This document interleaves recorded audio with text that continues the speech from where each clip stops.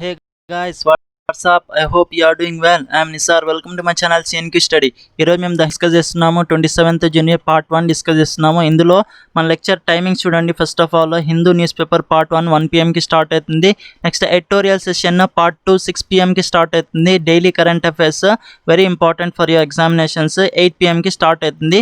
So first of all అందరూ నా ఛానల్ని సబ్స్క్రైబ్ చేయండి. CNQ స్టడీ ఇది నా ఛానల్.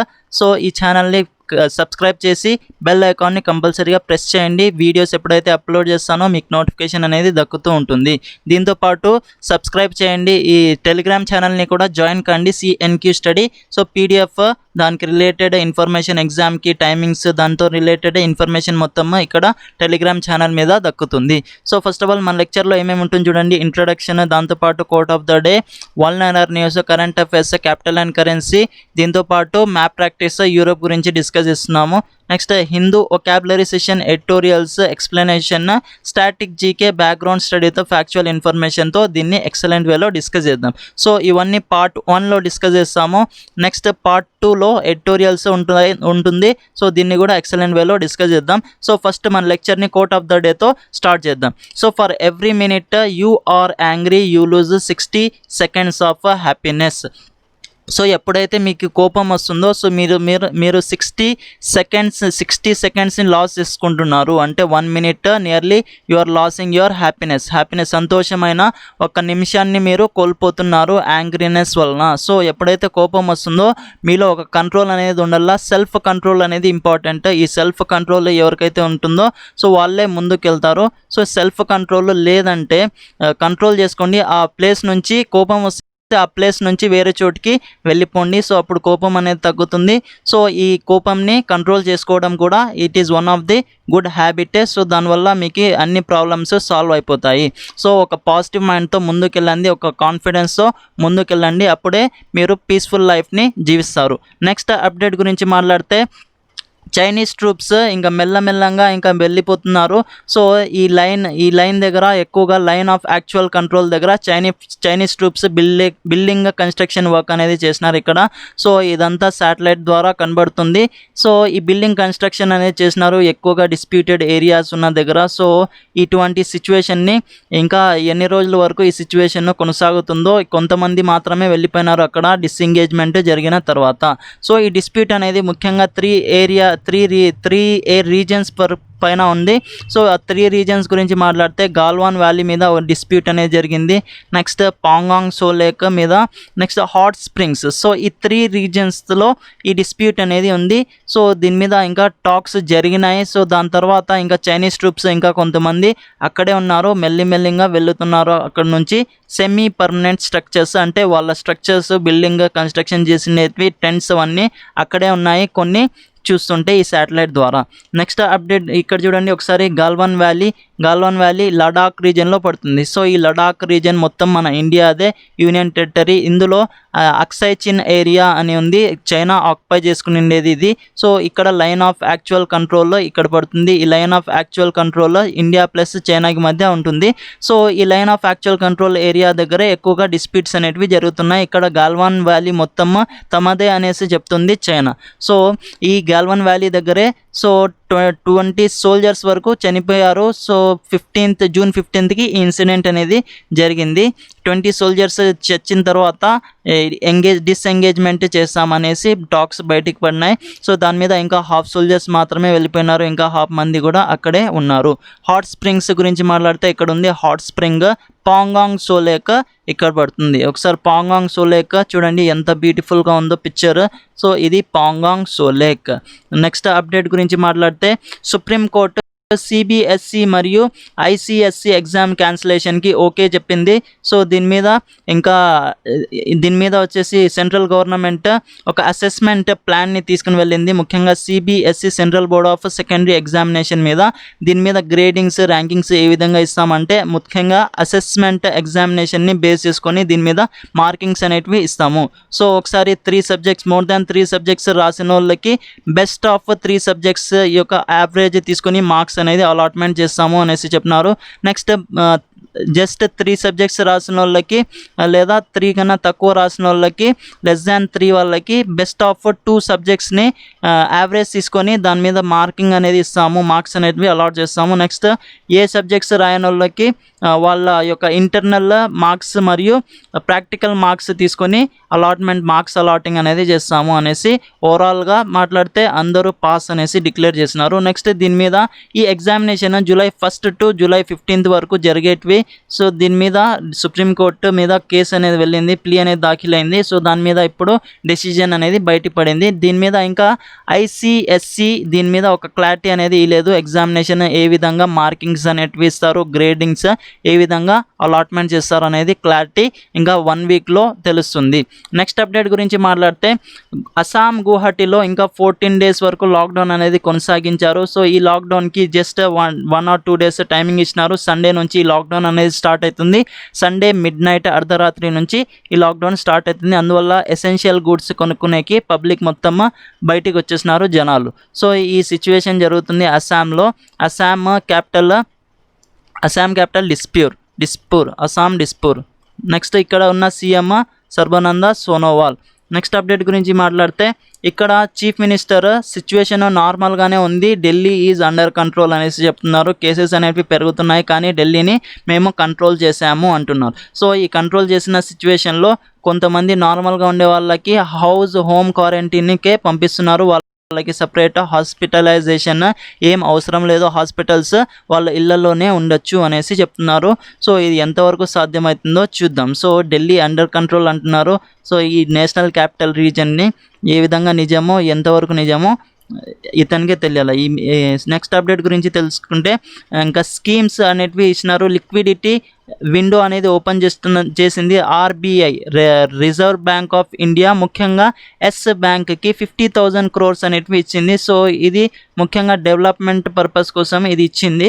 సో దీని మీద కేసు అనేది వెళ్ళింది హైకోర్టులో. హైకోర్టు ఏమని అడిగిందంటే మిగతా బ్యాంక్ వాళ్ళకి ఏమీ సపోర్ట్ ప్రొవైడ్ చేయలేదు, జస్ట్ ఎస్ బ్యాంక్కి మాత్రమే ఎందుకు సపోర్ట్ ప్రొవైడ్ చేసినారు. ఇందులో ఈ స్కామింగ్ చేసిన వాళ్ళు ఎస్ బ్యాంక్లో మాత్రమే ఉన్నారా, మిగతా బ్యాంక్స్లలో కూడా ఉన్నారు కదా, పంజాబ్ మహారాష్ట్ర బ్యాంక్స్లో ఇంకా రిమైనింగ్ బ్యాంక్స్లో కూడా ఉన్నారు కదా స్కామ్ చేసిన వాళ్ళు. సో ఇది కరెక్ట్ కాదు, జస్ట్ ఎస్ బ్యాంక్కి మాత్రమే సపోర్ట్ చేయడము అనేసి హైకోర్టు అడిగింది ఆర్బీఐ మరియు సెంట్రల్ గవర్నమెంట్కి. సో దీని మీద క్లారిటీ అనేది వస్తుంది, దీని మీద కంటిన్యూటీ అనేది వస్తుంది రేపు కల్లా. నెక్స్ట్ అప్డేట్ గురించి మాట్లాడితే వైరస్ ఎక్కువగా స్ప్రెడ్ అవుతుండేది పాపులేషన్ ఎక్కువ ఉన్న కంట్రీస్లోనే. సో ముఖ్యంగా US, next south Africa, Pakistan, Indonesia. So ఇటువంటి కంట్రీస్లో పాపులేషన్ ఎక్కువ ఉన్నారు.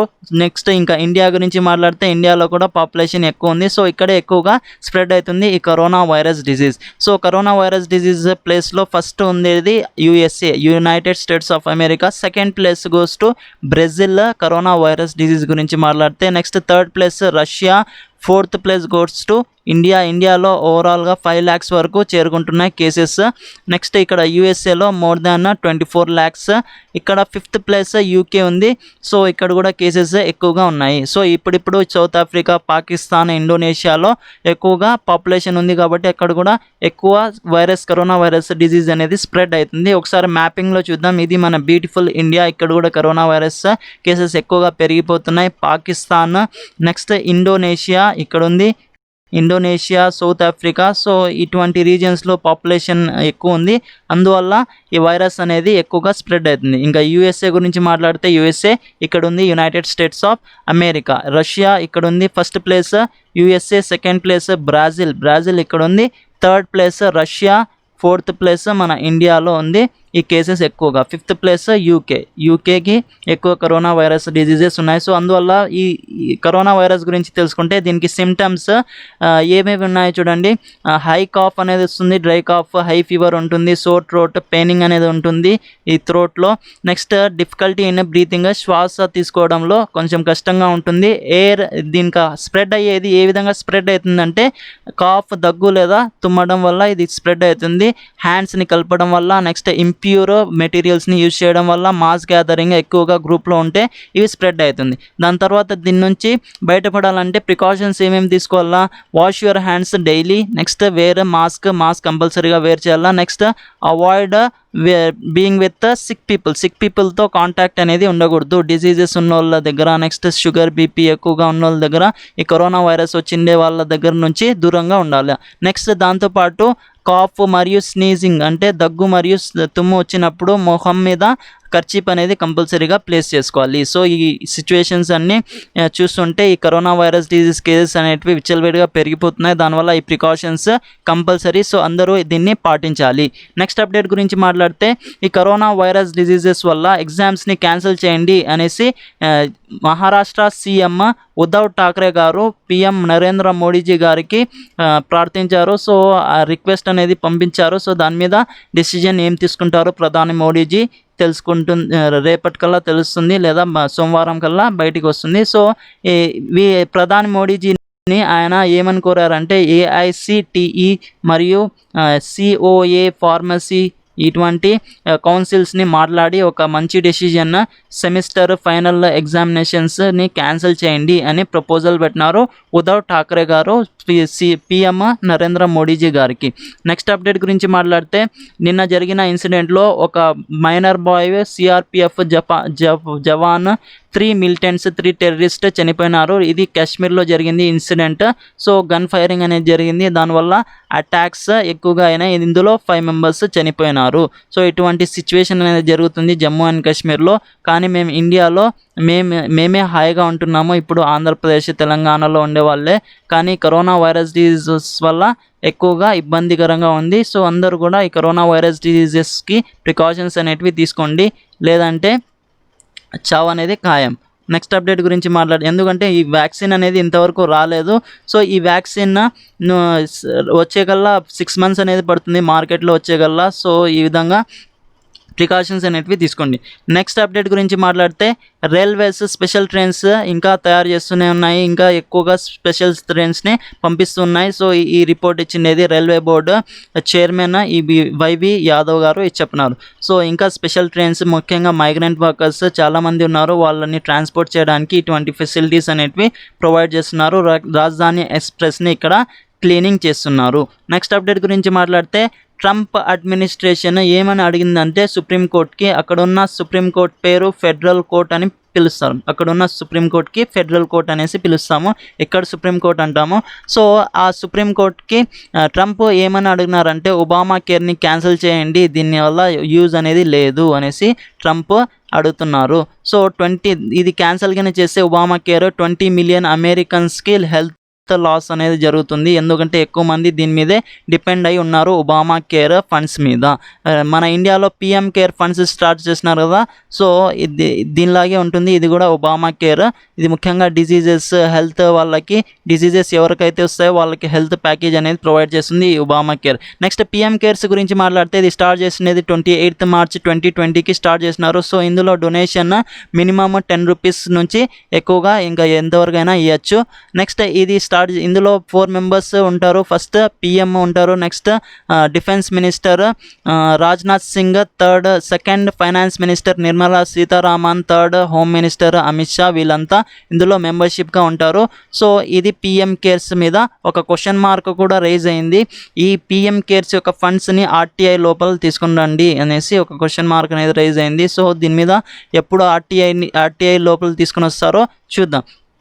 నెక్స్ట్ అప్డేట్ గురించి మాట్లాడితే focus on revival not depth, అంటే మేము అప్పు మీద ఎక్కువగా ఫోకస్ పెట్టకూడదు, ఎకనామీని ఏ విధంగా సరి చేయాలా దాని మీద ఎక్కువగా ఫోకస్ చేయాలి అనేసి ఇక్కడ 15th finance commission chairman NK Singh స్పష్టం చేశారు. సో ఈ 15th ఫైనాన్స్ కమిషన్ గురించి ఒకసారి తెలుసుకుంటే ఇది ఆర్టికల్లో 280 ప్రకారం దీనికి పవర్ వస్తుంది కాన్స్టిట్యూషన్ నుంచి. దీన్ని స్టార్ట్ చేసినది 27th November 2017లో స్టార్ట్ చేసినారు. నెక్స్ట్ పీరియడ్ 5 years వరకు ఫైనాన్స్ కమిషన్ అనేది ఉంటుంది. ఆర్టికల్ 280 ద్వారా పవర్ అనేది దక్కుతుంది. నెక్స్ట్ ఇంకా 15th ఫైనాన్స్ కమిషన్ గురించి మాట్లాడితే ఇది స్టార్ట్ చేసినది April 1st స్టార్ట్ చేసినారు. 2020 April 1st స్టార్ట్ చేసినారు. అప్ టు దీని యొక్క టైం లిమిట్ 31st March 2025 వరకు ఇది వర్తిస్తుంది. దీని యొక్క టైం లిమిట్ ఇది.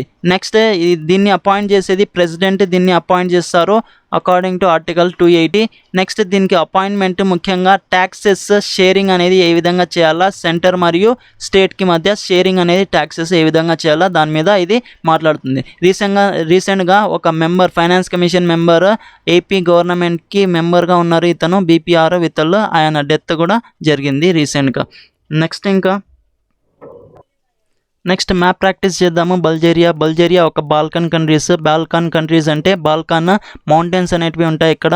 సో దీనికి బల్గేరియాకి క్యాపిటల్ సోఫియా, దీనికి కరెన్సీ లీవ్. ఇక్కడ చూడొచ్చు Bulgaria capital Sofia, currency lev. Next మ్యాప్లో చూడండి ఒకసారి బల్గేరియా ఇక్కడ ఉంది. సో దీనికి క్యాపిటల్ సోఫియా, బాల్కన్ కంట్రీస్లో వస్తాయి. సో ఇవన్నీ బాల్కన్ కంట్రీసే. ఇది ముఖ్యంగా యూరోపియన్ యూనియన్లో బాల్కన్ కంట్రీస్ 12 వరకు ఉంటాయి. ఈ బాల్కన్ కంట్రీస్లో ముఖ్యంగా బాల్కన్ మౌంటైన్స్ ఉంటాయి, బాల్కన్ పెనిన్సులా అనేది ఉంటుంది ఇక్కడ. నెక్స్ట్ ఇక్కడ చూడండి ఈ మ్యాప్లో బల్గేరియా ఇక్కడ పడుతుంది, దీనికి capital Sofia, currency lev. So ఇక్కడ చూడండి రొమానియా కింద ఉంటుంది బల్గేరియా. నెక్స్ట్ ఇక్కడ ఇది మన బ్యూటిఫుల్ ఇండియా, బల్గేరియా ఇక్కడ పడుతుంది. సో బ్యూటిఫుల్ ఇండియా నుంచి ఇక్కడ నుంచి ఇలా వెళ్ళాలి బల్గేరియా క్యాపిటల్ సోఫియా, దానికి కరెన్సీ లీవ్. నెక్స్ట్ ఒకసారి రివిజన్ చేద్దాము వొకాబులరీ సెషన్. ఇంటరిమ్ అంటే ప్రొవిజనల్, టెంపరరీ, ప్రోటర్మ్, దీనికి ఆపోజిట్ పర్మనెంట్. డిటర్మినేషన్ అంటే నిర్ణయం తీసుకోవడం, రిజల్యూషన్, విల్ పవర్, రిజాల్వ్, దీనికి synonyms. Next antonym pusillanimity. Embrace అంటే వెల్కమ్ చేయడం, యాక్సెప్ట్ చేయడం, టేకప్ చేయడం, దీనికి ఆపోజిట్ రిజెక్ట్ చేయడం. ప్రాంప్ట్ అంటే give rise to. Synonyms cause, occasion, తక్షణం, ఆపోజిట్ వర్డ్ డిటర్ చేయడం. సెకండరీ అంటే రెండవది, లెస్సర్, లోయర్, ఆపోజిట్ ప్రైమరీ. డిస్ఎంగేజ్ అంటే దీనికి ఆపోజిట్, దీనికి మీనింగ్ రిమూవ్ చేయడం. సినానిమ్స్ డిటాచ్ చేయడం, డిస్ఎంటాంజిల్, ఆపోజిట్ వర్డ్ అటాచ్ చేయడం. సో ఇవన్నీ ఒకసారి రివైజ్ చేద్దాం. ఇంటరిమ్ అంటే టెంపరరీ, డిటర్మినేషన్ అంటే నిర్ణయం తీసుకోవడం, రెజల్యూషన్స్ తీసుకోవడం, ఎంబ్రేస్ అంటే వెల్కమ్ చేయడం. నెక్స్ట్ ప్రాంప్ట్ అంటే ప్రాంప్ట్ యాక్షన్ అని వింటారు, గివింగ్ రైస్ టు అనేసి దీనికి అర్థం. సో సెకండరీ అంటే రెండవది, డిస్ఎంగేజ్ అంటే రిమూవ్ చేయడం. సో ఇవన్నీ మన లెక్చర్. నచ్చితే లైక్ చేయండి, కంపల్సరీగా సబ్స్క్రైబ్ కంపల్సరీగా చేయండి. ఎందుకంటే నేను వీడియోస్ ఎప్పుడైతే అప్లోడ్ చేస్తానో మీకు నోటిఫికేషన్ అనేది దక్కుతూ ఉంటుంది. ఈ బెల్ ఐకాన్ని కూడా ప్రెస్ చేయండి. నచ్చితే లైక్ చేయండి, నచ్చకపోతే డిస్లైక్ చేసి కమెంట్ బాక్స్లో ఎందుకు డిస్లైక్ చేసినారో మెన్షన్ చేయండి.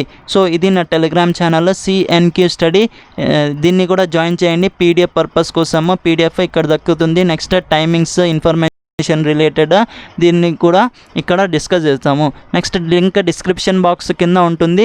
నచ్చితే లైక్ చేయండి, నచ్చకపోతే డిస్లైక్ చేసి కమెంట్ బాక్స్లో కంపల్సరీగా మెన్షన్ చేయండి. Thanks a lot for listening. జై హింద్.